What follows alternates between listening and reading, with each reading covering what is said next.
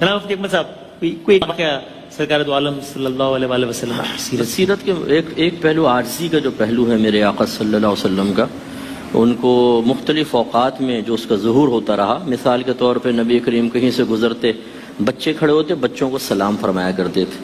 حضرت علی کرم اللہ وجہہ الکریم کہتے ہیں کہ میں ہمیشہ کوشش کرتا رہا کہ جب بھی نبی کریم سے ملوں سلام میں پہل کر لوں، لیکن کبھی ایسا نہیں ہوا کہ میں کامیاب ہوا. جب بھی میں پہنچتا نبی کریم صلی اللہ علیہ وسلم مجھے سلام کر دیا کرتے تھے. اسی طرح زمین پر لیٹنا، حضرت عمر فاروق رضی اللہ تعالیٰ عنہ ملنے کے لیے آئے تو دیکھا کہ وہ چٹائی پہ لیٹے تھے تو جسم پر نشان پڑ گئے. تو آپ نے عرض کی یا رسول اللہ، آپ رسول ہیں اللہ تعالیٰ کے، آپ کا یہ معاملہ اور کیسر و کسرہ اپنے محلات میں. نبی کریم صلی اللہ علیہ وسلم نے ارشاد فرمایا کہ عمر کہ آپ اس سے راضی نہیں ہیں کہ دنیا ان کے لیے ہو اور آخرت ہمارے لیے ہو. اسی طریقے سے ایک صحابی نے آفر کی، سرکار کہیں جا رہے تھے، وہ گدھے پہ سوار تھے، یا رسول اللہ تشریف فرما ہو. سرکار نے ارشاد فرمایا کہ جو صاحب سواری ہوتا ہے آگے بیٹھنا اس کا حق ہے، تو تم آگے ہو میں پیچھے بیٹھوں گا. اس نے کہا رسول اللہ آپ آگے بیٹھیں. فرمایا اگر تم اجازت دیتے ہو صاحب حق ہو تو میں آگے بیٹھ جاتا ہوں. اسی طریقے سے میرے آقا صلی اللہ علیہ وسلم اپنے خادموں کے ساتھ چکی پیس لینا، جانوروں کو چارہ ڈال دینا، بازار سے خود سودا سلف لے کر آنا. اور یہ علماء نے لکھا ہے کہ جب کبھی گھر والے یا کوئی آپ کو پکارتا تو اکثر آپ جواب میں کہتے ہیں لبیک انا حاضر، لبیک میں حاضر ہوں. یعنی ایسا نہیں کہ میں. اور جب خاص طور پہ فتح مکہ کا موقع آیا، اکثر فاتحین جب مفتوحہ علاقے میں داخل ہوتے ہیں تو اکڑ کر اور اونچے، لیکن میرے آقا صلی اللہ علیہ وسلم نے کالا امامہ شریف زیب تن فرمایا اور اونٹنی پہ سوار، اور کہتے ہیں کہ اتنا سرکار جھکے کہ آپ کا سر اقدس اونٹنی کی گردن سے مس ہو رہا تھا. جھک کر پھر میرے آقا صلی اللہ علیہ وسلم داخل ہوئے. اسی طرح اکثر صحابہ کرام سے ارشاد فرماتے کہ میرے آگے چلو، میرے پیچھے نہ چلو، اس لیے کہ میرے پیچھے فرشتے چلتے ہیں، میرے پیچھے کو فرشتوں کے لیے خالی کر دو. یہ سب عادت کے ساری سیکھنے کا معاملہ یہ ہے کہ جس کو اللہ نے تھوڑی سی بھی عزت سے نوازا ہے، کیا ہم اس طرز عمل کو اختیار کرتے ہیں کہ نہیں کرتے؟ اگر اللہ نے تھوڑی سی مجھے عزت دے دی تو میرے تو ناک بڑی اونچی ہو جائے گی. جب تک 4 آدمی میرے پیچھے میرے نام کے نعرے نہ لگائے مجھے سکون نہیں ملے گا. کوئی ملنے آئے تو میں بیٹھا رہوں گا، ایسے ہاتھ بڑھا دوں گا. ملنے کے لیے جانا تو بہت بڑی بات. سلام والی بات بھی سمجھا دیں، میں نے باقاعدہ مشاہدہ کیا اس بات کا کہ اگر کوئی سلام کر رہا ہو تو دوسرا کہتا ہے وہ سلام کرے گا، وہ آئے گا، تم سلام نہیں کرنا.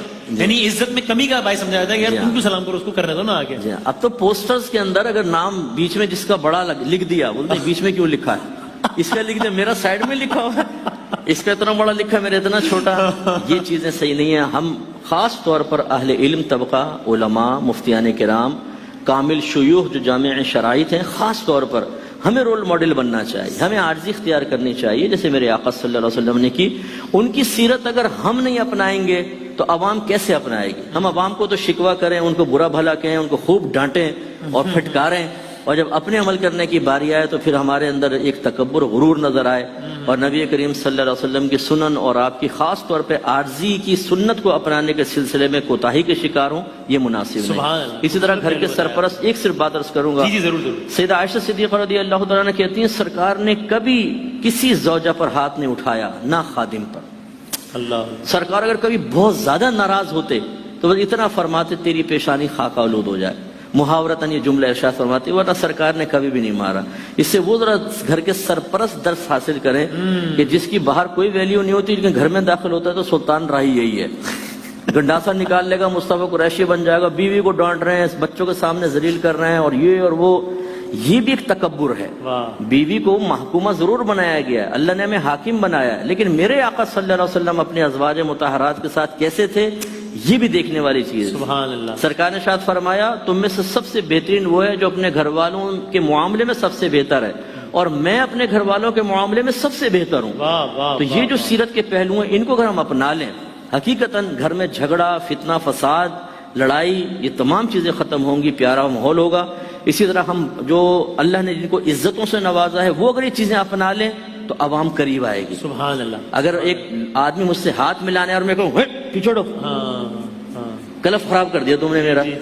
کوئی عید پر ملنے کے لیے اور میں یوں ہاتھ سے اشارہ کر دوں، یہ اس سے تو پھر لوگ ڈسہارٹ ہو جائیں گے نا، پھر قریب نہیں آئیں گے. اسی لیے علماء میں اور عوام میں ایک گیپ کی بڑی وجہ یہ بھی ہے کہ ہم مخصوص لوگوں کے ساتھ بیٹھنا چاہتے ہیں، عوام الناس کو زیادہ قریب نہیں آنے دینا چاہتے. ہمیں کسی پہ بدگمانی کی اجازت نہیں ہے, نہ میں عوام کو خدا نخواستہ بات کہہ کر دلیر کر رہا ہوں, لیکن ہم اپنے خود اپنا احتساب کریں اور حقیقتاً سرکار کی سیرت اپنائیں. تو جو اس دور میں تھا کہ شیخ عبدالحق محدث دہلوی کہتے ہیں کہ بعض اوقات کنیزیں سرکار کا ہاتھ پکڑ کر اپنے کاموں کے لیے لے جاتی اور میرے آقا چلے جایا کرتے تھے. اگر کبھی کسی سے مصافحہ کرتے کوئی ہاتھ نہ چھوڑتا تو سرکار ہاتھ نہیں کھینچا کرتے تھے کہ اس کا دل نہ دکھ جائے, ایسا ہاتھ رکھ لیا کرتے تھے. یہ سیرت ہمیں اپنانے کی ضرورت ہے. سبحان اللہ, سبحان اللہ, واہ واہ, کیا کہہ رہے ہیں.